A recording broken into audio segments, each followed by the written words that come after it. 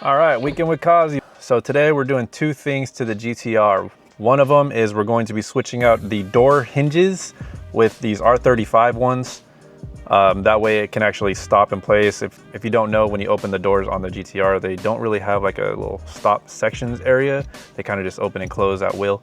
So we're throwing these in. So we're popping off the door panels. Did probably one thing unnecessary here, but I'd rather just do it and, you know, not be sorry later.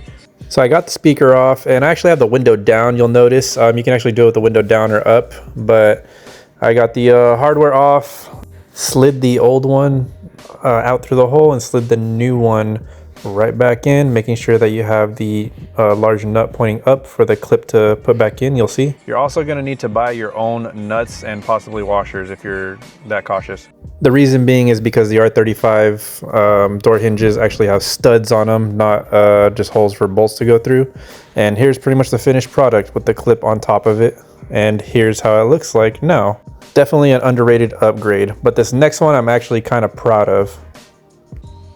When you have aftermarket seats like these brides in the GTR, you disconnect, or you're gonna have an airbag light on that pops up, because I guess the original ones came with like side airbags or whatnot that was put into these. So we're here to pretty much try to get the light to turn off by using a resistor.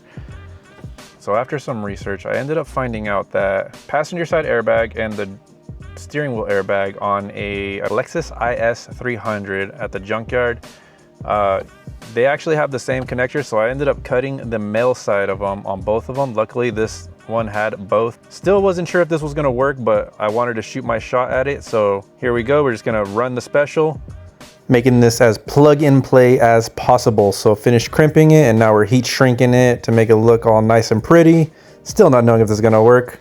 Make sure you disconnect the battery, plug both these cables back in, reconnect the battery, and to reset the light, you have to turn on the key and hit the door switch 5 times in I think 5 seconds, and it should reset the airbag light.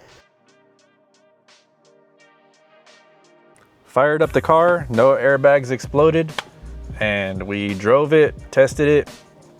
Still hasn't come back. I didn't see a plug and play option, but for those of you who are interested in not cutting the harness, that way if you want to put your old seats back in, that's the way to go about it. So hopefully that helps you in the future. See y'all in the next one.